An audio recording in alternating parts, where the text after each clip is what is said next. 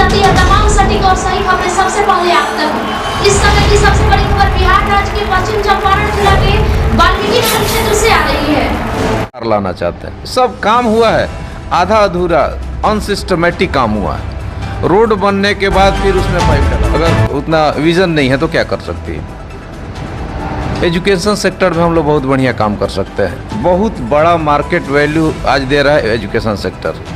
जो आपका बच्चा पढ़ाने के लिए, यहाँ का बच्चा, यदि आप ही पत्रकार बंधु आप ही के बच्चे को पढ़ाना होगा तो आप बाहर भेजिएगा। यदि व्यवस्थाएं यहाँ पे बनेंगी, बिहार के किसी जगह पे अगर वाल्मीकि नगर को कोटा का रूप दिया जाए, वाल्मीकि नगर को यदि पूना का रूप दिया जाए, वाल्मीकि नगर को यदि दूसरे जो अन्य शहर हैं उसका रूप दिया जाए, प्रकृति से भरा हुआ जो पब्लिक प्रॉपर्टी है वो पब्लिक के हित के लिए होता है, धन कमाने के लिए। मेरा एक मिशन है कि पश्चिम चंपारण ही नहीं, चंपारण से अनएम्प्लॉयमेंट को ख़त्म करना है रईस भाई। इसके लिए मेरा 2 साल लगेगा, 10 साल लगेगा, मेरी पूरी लाइफ लगेगी। मेरे बाद मेरी आने वाली जनरेशन होगी, रईस भाई होंगे, कोई भी होगा, इस परंपरा को आगे बढ़ाए, अनएम्प्लॉयमेंट को। यहाँ मैं रईस और आप देख रहे हैं वेब इंडिया न्यूज़। अभी मैं वाल्मीकि नगर लोकसभा क्षेत्र संख्या 1 के विधानसभा नरकटियागंज में उपस्थित हूँ और मेरे साथ शंभू प्रसाद जी जुड़े हुए हैं जो लोकसभा के सांसद प्रत्याशी हैं। खासकर मैं आपको बता दूं 10 के 10 प्रत्याशी हैं। सबसे अगर अत्यधिक स्ट्रगल कर रहे हैं, संघर्ष कर रहे हैं तो वो शायद यही है।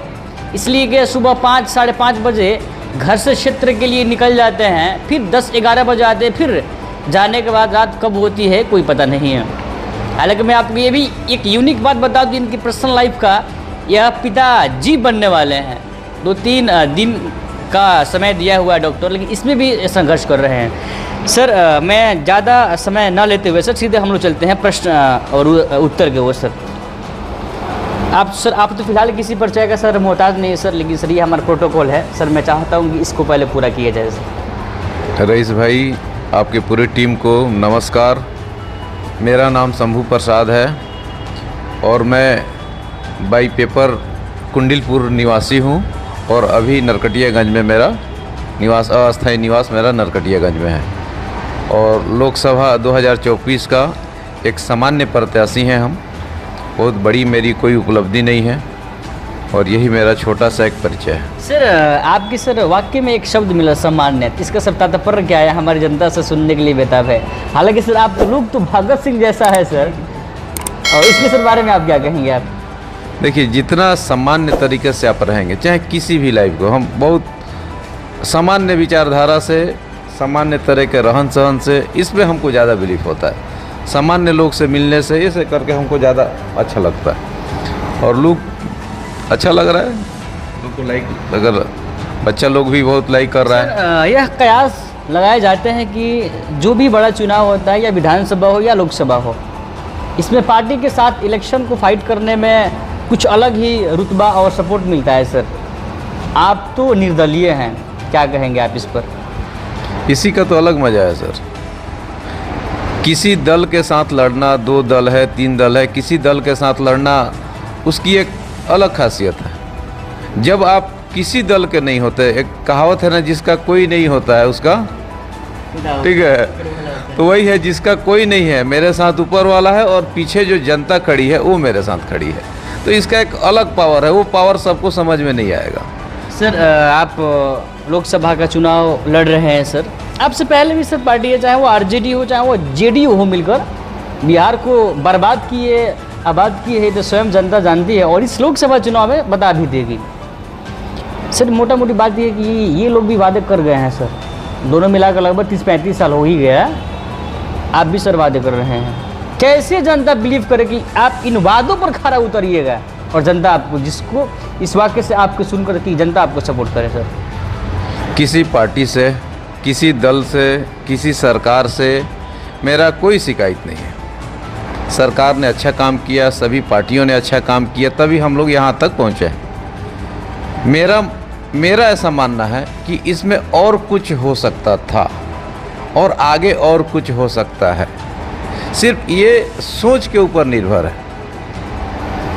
इसी जब आपका भारत देश आज़ाद हुआ था उसके बाद बहुत सारे देश आज़ाद हुए हैं, लेकिन विचारधारा और सोच के चलते वो हम लोगों से काफ़ी आगे लाइफ स्टाइल उन लोग का हो चुका है। ये नहीं कि ये हम खराब है वो, ऐसा नहीं, सिर्फ विचारधारा सोच क्या रखते हैं वो। मेरा ये मानना है, मेरा कोई किसी पार्टी से कोई किसी शिकवा शिकायत नहीं है। अगर सम्मानित जनता यदि हमको मौका देती है, यहाँ के यूथ यदि हमको अपना बड़ा भाई मान के मौका देता है, यहाँ के बुजुर्ग यदि हमको बेटा समझ के अपना आशीर्वाद देता है, तो जो भी आधे अधूरे जो काम जो होता है, बहुत सारा काम है सर, हज़ारों की संख्या में हम लाइन लगा सकते हैं सर। बिहार की उस काम में हम गुणवत्तापूर्वक सुधार लाना चाहते हैं। सब काम हुआ है, आधा अधूरा अनसिस्टमेटिक काम हुआ है। रोड बनने के बाद फिर उसमें पाइप डलाता है, अनसिस्टमेटिक काम। इसी को एक मेजर प्रोजेक्ट के माध्यम से कोई काम, ये रोड बन गया फिर उसको खनन करके फिर पाइप डालो, ये सब के हम विरोधी हैं, परम विरोधी हैं। काम करना है तो ठीक से करिए। सर, बिहार की हाल बदहाल है, जिम्मेदार कौन है, पार्टियाँ या जनता? क्योंकि जनता चुनती है पार्टियों को, नेताओं को, और यही विकास के क्षेत्र को की जो नैया है इसको आगे लेकर जाते हैं। सर, इसमें जिम्मेवार पूरे बिहार की जनता भी है और सरकार भी है और पार्टी भी है, तीनों दोषी है। ऐसा सभी लोग दोषी हैं, किसी एक के ऊपर दोषारोपण करना उचित नहीं है।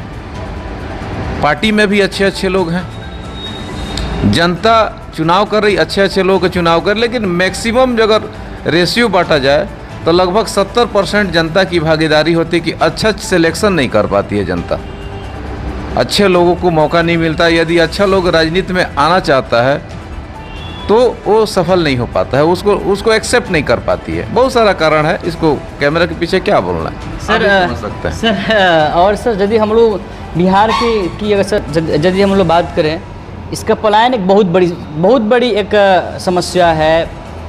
चाहे वो यदि हम लोग बात करें, इसका पलायन एक बहुत बड़ी एक समस्या है। चाहे वो शिक्षा को लेकर हो, रोजगार को लेकर हो, स्वास्थ्य को लेकर हो। वाल्मीकि नगर लोकसभा क्षेत्र संख्या के लिए आपके पास रोजगार के लिए क्या मास्टर प्लान है? सर, बहुत सारा है। एक एग्जाम्पल दे रहे हैं, 2 दे रहे हैं, 3 दे रहे हैं। किसी का दिमाग ही नहीं काम करता है तो हम क्या करें? ऐसे चुनाव जनता करती है जिसके पास अगर उतना विज़न नहीं है तो क्या कर सकती है। एजुकेशन सेक्टर में हम लोग बहुत बढ़िया काम कर सकते हैं। बहुत बड़ा मार्केट वैल्यू आज दे रहा है एजुकेशन सेक्टर। जो आपका बच्चा पढ़ाने के लिए, यहाँ का बच्चा, यदि आप ही पत्रकार बंधु आप ही के बच्चे को पढ़ाना होगा तो आप बाहर भेजिएगा। यदि व्यवस्थाएं यहाँ पे बनेंगी, बिहार के किसी जगह पे अगर वाल्मीकि नगर को कोटा का रूप दिया जाए, वाल्मीकि नगर को यदि पूना का रूप दिया जाए, वाल्मीकि नगर को यदि दूसरे जो अन्य शहर हैं उसका रूप दिया जाए, प्रकृति से भरा हुआ हम लोग का जगह है। हाँ, सब चीज़ यहाँ पॉजिटिव है, सिर्फ करने वाले नेगेटिव हैं। प्रकृति चारों तरफ से प्रकृति के गोद में बैठा हुआ वाल्मीकि नगर है। कहीं से भी एजुकेशन सेक्टर के लिए बहुत ही बेहतरीन अपॉर्चुनिटी है। दूसरी बात आपका टूरिज़्म को लेकर है। टूरिज़्म को हम लोग बढ़ावा दे सकते हैं। यहाँ कृषि क्षेत्र में गन्ना बहुल क्षेत्र है, गन्ना यहाँ का उत्पादन ज़्यादा होता है।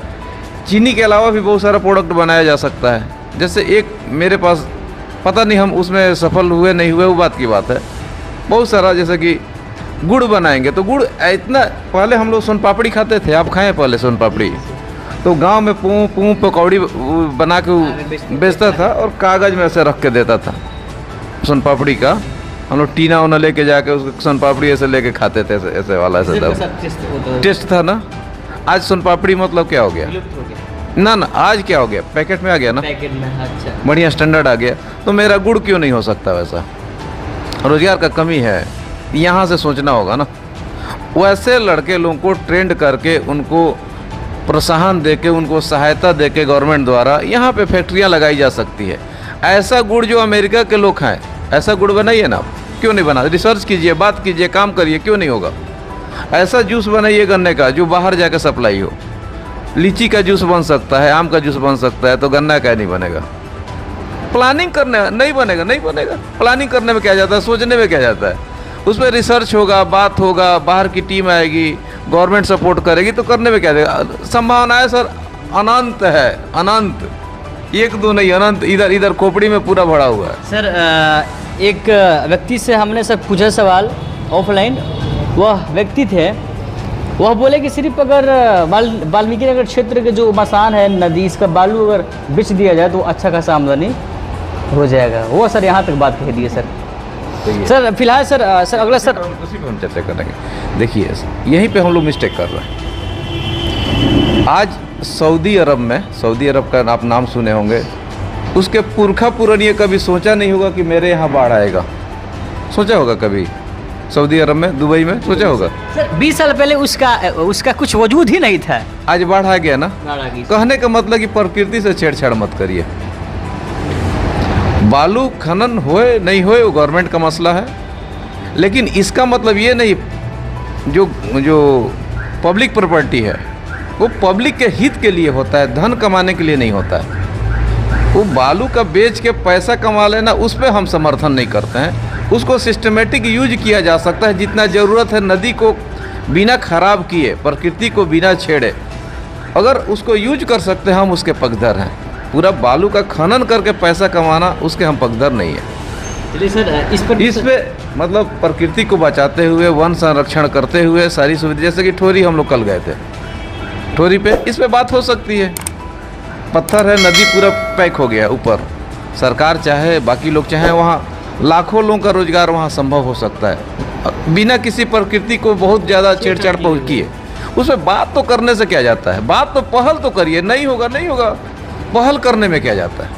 अच्छा सर, इस लोकसभा चुनाव में सर एक तो पूर्व सांसद प्रत्याशी प्लस उद्योगपति हैं सर, और वे अपने पार्टी के पूर्व उप मुख्यमंत्री को भी इस चुनावी दंगल में उतार दिए हैं आपके विरुद्ध सर, जो कि आप भी उनके एक प्रतिद्वंदी में सर प्रतिद्वंदी हैं। दूसरा सर एक यहाँ के सांसद जी हैं जो पूर्व सांसद भी रह चुके हैं सर, और सर आप एक निर्दलीय पार्टी सर, कैसे सर आप सामना कर पाइएगा? यदि देखिए सभी लोग से हमारे अच्छे संबंध है, सभी लोग हमको रिस्पेक्ट करते हैं, हम सभी का रिस्पेक्ट करते हैं। कौन किसके विरुद्ध उतरा नहीं उतरा, यदि शंभू जी के विरुद्ध यदि किसी को उतरना पड़ रहा है, यानी कि कुछ न कुछ तो है। हम किसी का तारीफ नहीं कर रहे हैं, सबका वेलकम है। नॉमिनेशन के दिन सर, नॉमिनेशन के दिन जो भी प्रत्याशी हमको सामने भेटा है, जो भी सामने दिखा, हम सबको बेस्ट ऑफ लक दिए, सबको बोले कि सर बधाई हो, अग्रिम बधाई हम दे दिए। वो हमको फ़र्क नहीं पड़ता है कौन जीतेगा कौन हारेगा, वो सेकेंडरी है। मेरा एक मिशन है कि पश्चिम चंपारण ही नहीं, चंपारण से अनएम्प्लॉयमेंट को ख़त्म करना है रईस भाई। इसके लिए मेरा 2 साल लगेगा, 10 साल लगेगा, मेरी पूरी लाइफ लगेगी। मेरे बाद मेरी आने वाली जनरेशन होगी, रईस भाई होंगे, कोई भी होगा। इस परंपरा को आगे बढ़ाए, अनएम्प्लॉयमेंट को यहाँ से ख़त्म करना पड़ेगा। बाहरी इन्वेस्टमेंट चंपारण में होने चाहिए, और बाहरी इन्वेस्टरों की सुरक्षा, बाकी सब सुविधाओं का ध्यान रखना पड़ेगा, तभी जाके हम लोग का बेसिक विकास होगा। बाहर के जब इन्वेस्टर आएंगे, आपके गन्ने का उचित मूल्य मिलेगा, गेहूं का उचित मूल्य मिलेगा, ब्रेड की फैक्ट्री लगेगी, आटे की फैक्ट्री लगेगी, किसानों को दो के जगह 3 फसल करेगा, उसको ऋण मिलेगा। ये सारी चीज़ों पे काम करनी पड़ेगा। हम लोग का कृषि प्रधान क्षेत्र है, कृषि पे हम लोग निर्भर ज़्यादा हैं। मेरा ये कहना है कि बच्चे तो अनएम्प्लॉय है ही, किसान भी हमारा उपेक्षित है। इसलिए उपेक्षित है क्योंकि हर जगह जब तक किसान के पास पैसा नहीं होगा, सिंपल फंडा, हम इसलिए बोल रहे हैं कि एकदम सामान्य तरीके से बोलते हैं, किसान के पास पैसा नहीं होता, कपड़ा व्यवसायी के पास पैसा नहीं होगा। किसान के पास पैसा नहीं होगा तो बर्तन वाले के पास नहीं होगा। किसान के पास पैसा नहीं होगा तो पूरे बाजार में आपका एक भी रुपया किसी के पास नहीं होगा।